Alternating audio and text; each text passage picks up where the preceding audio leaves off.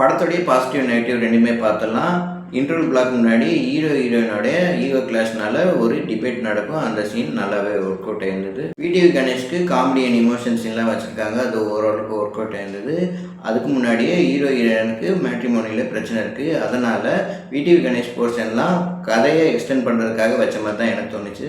அர்ஷத் கான் பல இடத்துல காமெடி நல்லாவே ஒர்க் அவுட் ஆயிருக்கு. புரோக்கரும் பேசிக்கிறாங்க அப்படின்னு சொல்கிற அந்த சீனு, பிளாக் காஃபிக்கு வித்தவுட் சுகர் வித்தவுட் மில்க்குன்னு சொல்கிற அந்த சீனுன்னு நல்லாவே ஸ்கோர் பண்ணியிருக்காரு.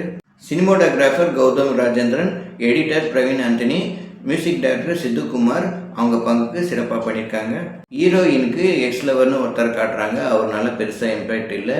இந்த மூவி காமெடி நல்லாவே ஒர்க் அவுட் ஆயிருந்து, ஆனால் இமோஷனலாக பெருசாக கனெக்ட் ஆகலன்னு தான் சொல்லணும். கிளைமேக்ஸ் போர்ஷன்லாம் படத்தை முடிச்சாகணும் அப்படின்றதுக்காக முடிச்ச மாதிரி தான் எனக்கு தோணுச்சு. ஆவரேஜாக முடியுது இந்த ஆரம்பலே.